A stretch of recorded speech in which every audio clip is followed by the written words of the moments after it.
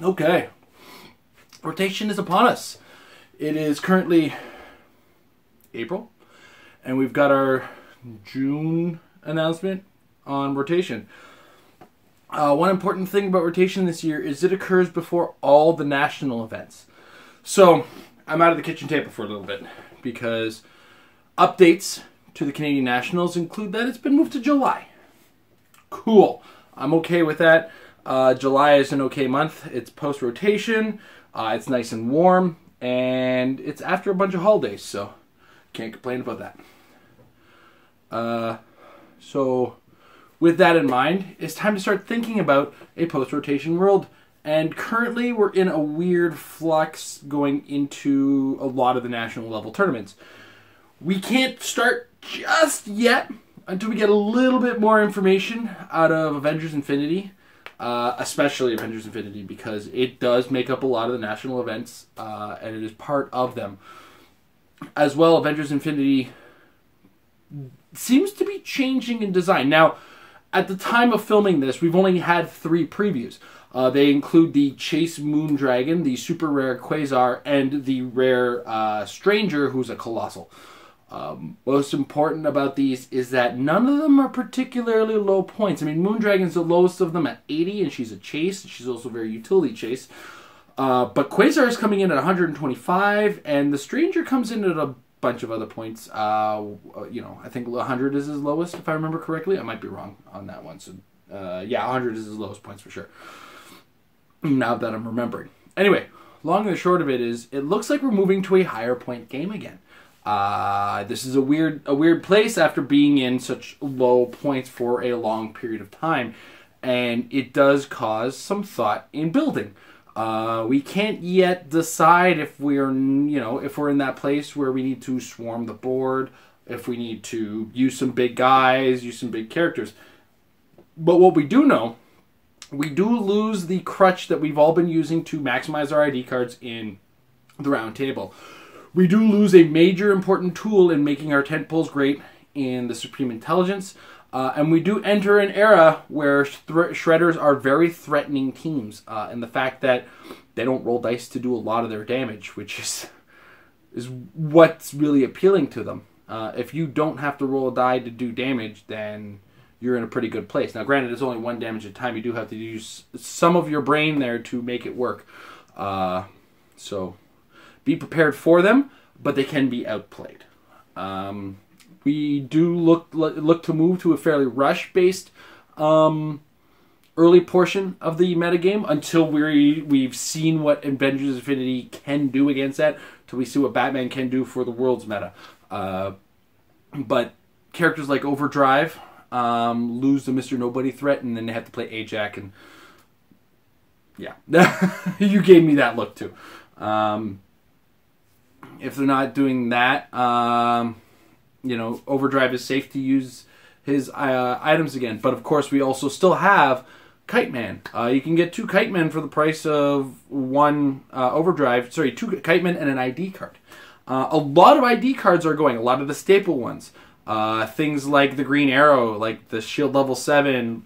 Nick Fury himself is going to be gone. Those as call-ins are now gone. Do not discount Hawkeye just yet, because Skeets exists, and I've seen some crazy stuff being pulled off with Hawkeye on map. So don't discount Hawkeye yet. Green Arrow's a little bit safer to count out at this point, because he's easier to deal with, and he's very single target focused. So if you leave yourself a bigger team against him, or if you have more than 1 threat, Green Arrow feels a little less threatening in that case. So overarchingly, the metagame, or the competitive metagame, is going to lose a lot of crutches in the next in this rotation.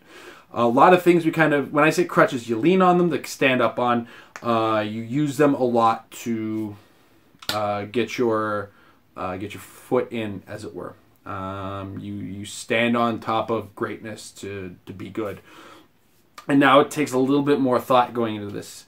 X-Men IDs are still going to be very potent, especially keep an eye out for Icemen being played alongside big dudes, like big tent poles. We'll use guys like Iceman, like Cyclops, like Wolverine to do a ton of damage. Green Arrow used to be a threat to them as a call-in.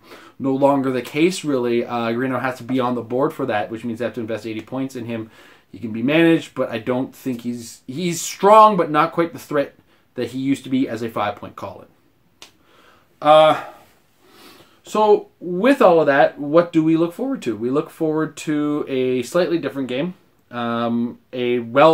Hopefully, I say this and then I am always proven wrong, but hopefully this comes down to a player's meta for a little bit, where, especially at the national level, I'm hoping that this comes down to good players with good teams.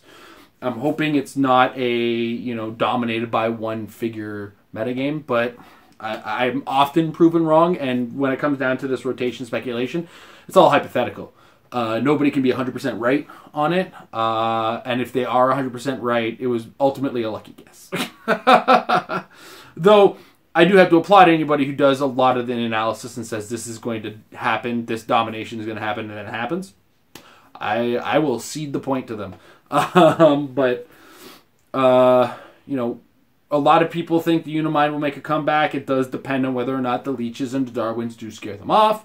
There's still a lot of older figures that still maintain their power. I feel Devil Dinosaur is stronger with Nick Fury's gone, with Green Arrow's gone, to wipe through his defense. So that remains to be seen. Yeah, in a nutshell, it's that good point. I'm excited to try out some stuff. You're gonna see me back in the room here in front of the shelf again, because I think I'm gonna take Nationals a little bit more seriously. I'm gonna go into that in the next episode. I'm going to do some more hypothetical episodes where I start to think my way through, consider all the possibilities, and start to just look at the wider set of the game while we're hitting this pre-rotation world, and then start to think about what we are going to see. And then what I want to do is I want to start tabulating that data with what we get from other sets and collect all the data that I possibly can and see what I can do about a team that actually kind of works. It's no longer time to be Goofy Jason. And it's time to be serious Jason, because Canadian Nationals has had a bit of a problem as in that it hasn't been won by a Canadian. So I want to take myself and my fellow Canadians and start taking it a little bit more seriously. Instead of attempting to be different, actually run the numbers and possibly have to come up with the best possibility. Anyway, so the next couple episodes we're going to start talking about what kind of knowledge base we need for that and how to collect that kind of knowledge without giving you the knowledge, because you know me, I'm never going to give you the answer. And of course, once we got all this data together and once we've started looking into what this post-rotation meta looks like for realsies, it will be time to practice, because practice will make your teams better.